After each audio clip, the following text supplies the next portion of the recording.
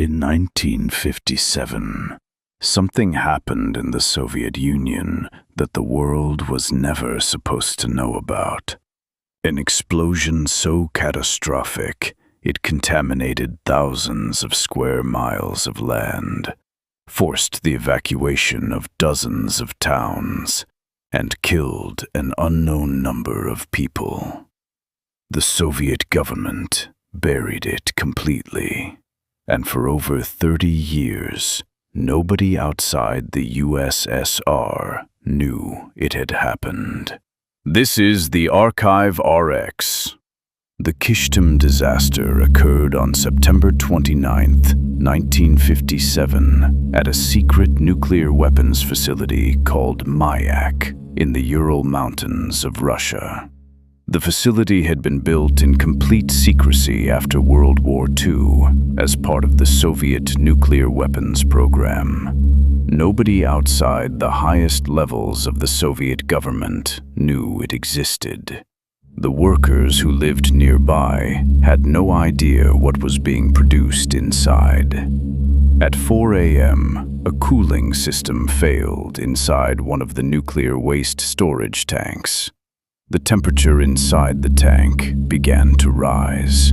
For days, nobody noticed. Then, on September 29th, the tank exploded with the force of 75 tons of TNT. A cloud of radioactive material was blasted nearly a mile into the sky. It drifted across thousands of square miles of the Ural Mountains, carried by the wind. Within hours, people in surrounding villages began experiencing symptoms nobody could explain. Skin peeling from their bodies, hair falling out in clumps, bleeding from their eyes. Soviet soldiers arrived not to help, but to contain the information. Villages were evacuated at gunpoint. Residents were given 2 hours to leave everything behind: their homes, their animals, their belongings. Everything was left exactly as it was and never returned to. Over 10,000 people were evacuated. Entire villages were bulldozed and erased from Soviet maps. The names of the towns disappeared from official records overnight. Roads leading to the contaminated zone were blocked. Scientists who tried to document what happened were silenced. Some disappeared entirely. The Soviet government told nobody, not their own people, not the international community, not even their own scientists working on other nuclear projects. The official position was that nothing had happened. There was no explosion. There was no contamination. There was no disaster. Then, in 1976, a Soviet scientist named Boris Medvedev managed to escape to the West. He published a paper describing what had happened at Kyshtym. The Western scientific community didn't believe him.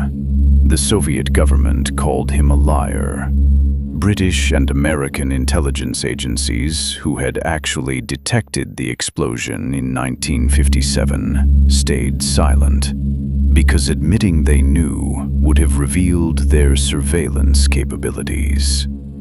It wasn't until 1989, 32 years after the explosion, that the Soviet government finally acknowledged the Kyshtym disaster had occurred. By then, the full scale of the contamination would never be known.